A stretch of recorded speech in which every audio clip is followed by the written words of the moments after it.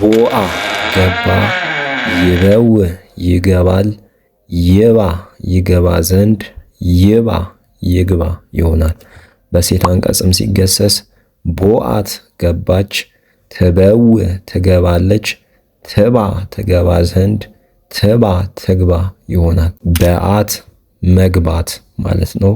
በአት ብሎ ከጠበቀ ደግሞ ዋሻ ወይም ማደሪያ ቤት፣ የመነኩሴ ቤት ይሆናል ማለት ነው።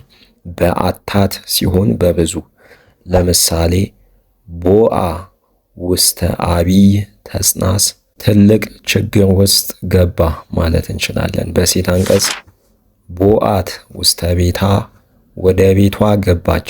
በአት መግባት በሚለው ዮም በዓል በአታ ለእግዝእትነ ውስተ ቤተ መቅደስ፣ ዛሬ እመቤታችን ወደ ቤተ መቅደስ የገባችበት በዓል ነው ማለት እንችላለን። በአት ያለውን ነው በአታ ያለው ለሴት ለማመልከት በአታ ይሆናል ማለት ነው። ወንድም ከሆነ በአቱ መግባቱ እያለ ይሄዳል።